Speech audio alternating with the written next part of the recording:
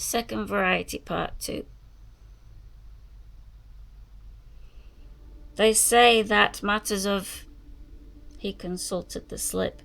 Matters of grave urgency make it advisable that discussion be opened between a representative of the UN forces and themselves.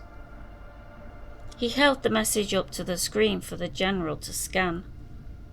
Thompson's eyes moved. What should we do? Hendricks said. Send out a man. You don't think it's a trap? It might be. But the location they give for their forward command is correct. It's worth a try at any rate. I'll send an officer out and report the results to you as soon as he returns. All right, Major. Thompson broke the connection. The screen died. Up above, the antenna came slowly down. Hendricks rolled up the paper, deep in thought. I'll go, Leone said. They want somebody at policy level. Hendricks rubbed his jaw. Policy level. I haven't been outside in months. Maybe I could use a little air. Don't you think it's risky? Hendricks lifted the view sight and gazed into it. The remains of the Russian were gone. Only a single claw was in sight. It was folding itself back, disappearing into the ash like a crab. Like some hideous metal crab. That's the only thing that bothers me. Hendricks rubbed his wrist. I know I'm safe as long as I have this on me, but there's something about them. I hate the damn things. I wished we'd never invented them.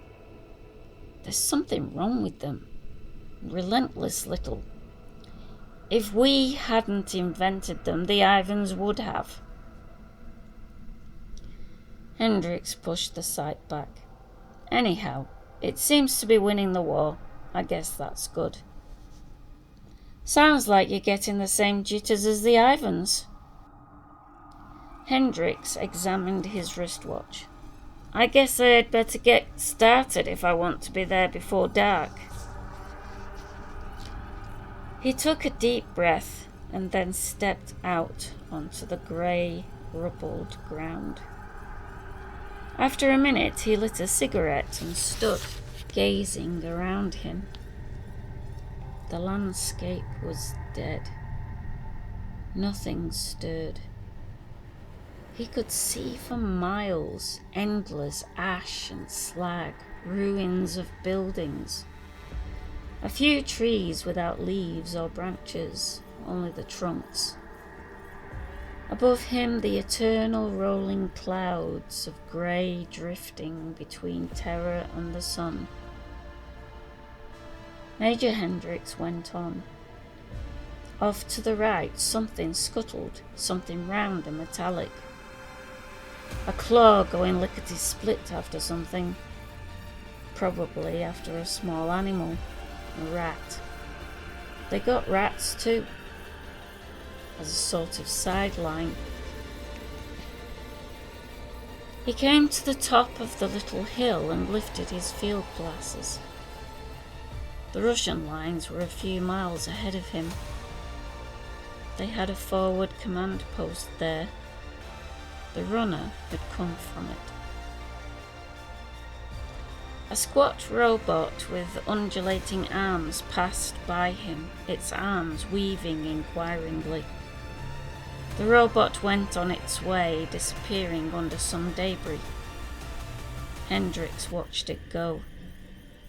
He had never seen that type before. There were getting to be more and more types he had never seen, new varieties and sizes coming up from the underground factories. Hendricks put out his cigarette and hurried on. It was interesting, the use of artificial forms of warfare. How had they got started? Necessity. The Soviet Union had gained great initial success, usual with the side that got the war going. Most of North America had been blasted off the map. Retaliation was quick in coming, of course. The sky was full of circling disc bombers long before the war began. They had been up there for years. The discs began sailing down all over Russia within hours after Washington got it. But that hadn't helped Washington. The American bloc governments moved to the moon base the first year. There was not much else to do. Europe was gone, a slag heap with dark weeds growing from the ashes and bones. Most of North America was useless. Nothing could be planted, no one could live. A few million people kept going up in Canada and down in South America. But during the second year, Soviet parachutists began to drop a few at first, and then more and more. They wore the first really effective anti-radiation equipment. What was left of American production moved to the moon along with the governments. All but the troops. The remaining troops stayed behind as best they could. A few thousand here, a platoon there. No one knew exactly where they were. They stayed where they could, moving around at night, hiding in ruins, in sewers, cellars, with the rats and snakes. It looked as if the Soviet Union had the war almost won. Except for a handful of projectiles fired off from the moon daily, there was almost no weapon in use against them. They came and went as they pleased. The war, for all practical purposes, was over. Nothing effective opposed them. And then the first claws appeared. And overnight, the complexion of the war changed. The claws were awkward at first, slow. The Ivans knocked them off almost as fast as they crawled out of their underground tunnels. But then they got better, faster and more cunning. Factories all on Terra turned them out. Factories a long way underground, behind the Soviet lines. Factories that had once made atomic projectiles, now almost forgotten. The claws got faster, and they got bigger. New types appeared, some with feelers, some that flew. There were a few jumping kinds. The best technicians on the moon were working on designs, making them more and more intricate, more flexible. They became uncanny. The Ivans were having a lot of trouble with them. Some of the little claws were learning to hide themselves, burrowing down into the ash, lying in wait. And they started getting into the Russian bunkers, slipping down when the lids were raised for air and a look around. One claw inside a bunker, a churning sphere of blades and metal, that was enough. And when one got in, others followed. With a weapon like that, the war couldn't go on much longer. Maybe it was already over. Maybe he was going to hear the news. Maybe the Politburo had decided to throw in the sponge. Too bad it had taken so long. 6 years. A long time for war like that, the way they had waged it. The automatic retaliation discs spinning down all over Russia, hundreds of thousands of them. Bacteria crystals. The Soviet guided missiles whistling through the air. The chain bombs. And now this. The robots. The claws. The claws weren't like other weapons. They were alive, from any practical standpoint, whether the governments wanted to admit it or not. They were not machines. They were living things, spinning, creeping, shaking themselves up suddenly from the grey ash and darting toward a man, climbing up him, rushing for his throat. And that was what they had been designed to do, their job.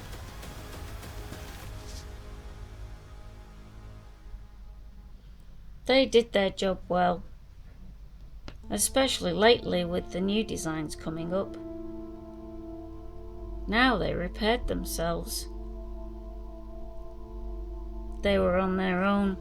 Radiation tabs protected the UN troops, but if a man lost his tab, he was fair game for the claws, no matter what his uniform.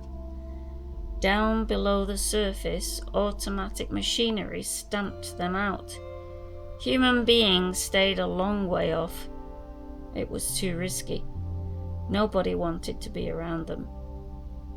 They were left to themselves, and they seemed to be doing all right. The new designs were faster, more complex, more efficient.